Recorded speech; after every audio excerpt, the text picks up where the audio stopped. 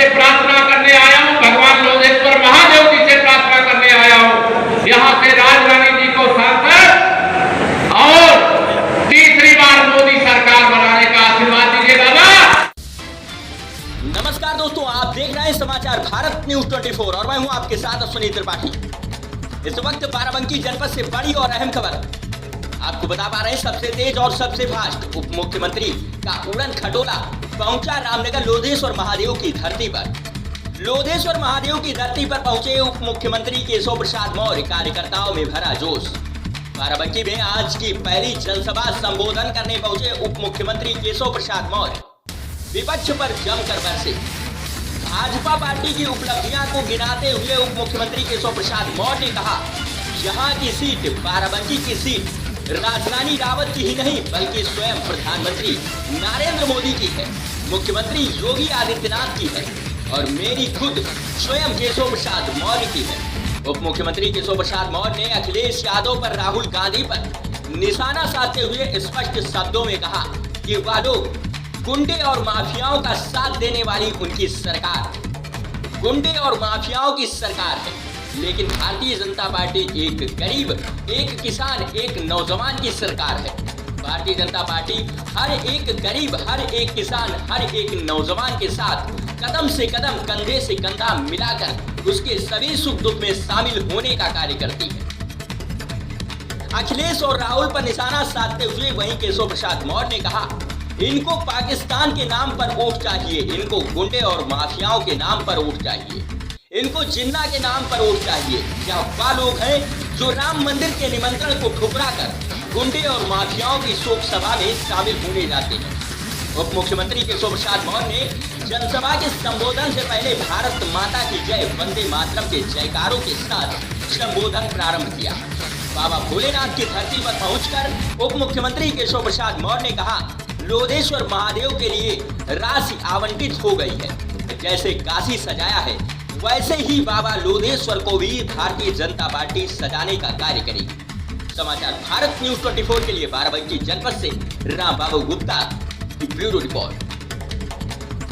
राजनीति करते हैं, इनको वोट चाहिए और वोट किसका चाहिए?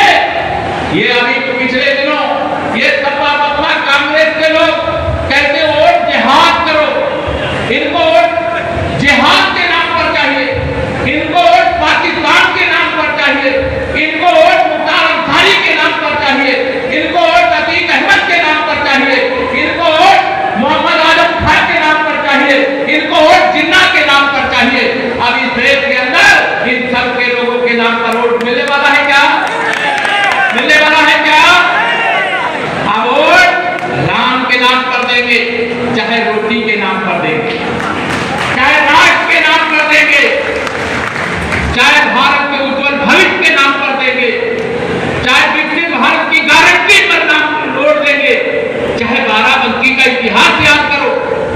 2014 में आपने चमक खिलाया, देश में मोदी जी के नेतृत्व में सरकार बनाया, फिर 2017 का विधानसभा चुनाव आया, उसमें आपने 325 विधायक जिताया, लेकिन 2017 में यूपी में बीजेपी सरकार बनने से पहले आपको याद नहीं होगा, मैं याद दिलाता हूं, बताइए सपा की सरकार के समय गुंडागर्दी थी कि नहीं? अब ऐसे हाथ बढ़ा रहे हैं, लगता है थोड़ी सी थी कि नहीं? सब लोग हाथ बढ़ा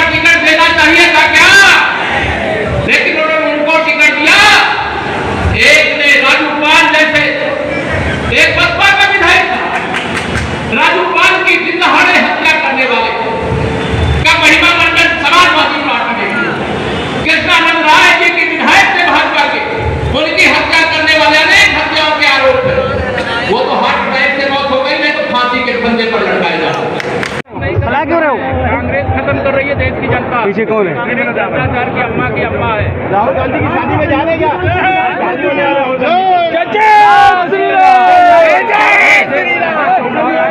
आटा और डाटा साथ में देंगे। श्री अखिलेश यादव जी की बात पर भरोसा मत करिए। अखिलेश यादव जी और राहुल गांधी जी दोनों जोड़ी राजनीति का अंतिम वर्ष है।